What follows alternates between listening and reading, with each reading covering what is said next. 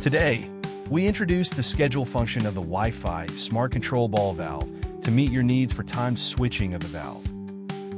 The ball valve has a schedule function. Through the Smart Life app, you can easily set the opening and closing times of the ball valve. As shown in the video, once the times are set, the valve will automatically open or close at the specified times.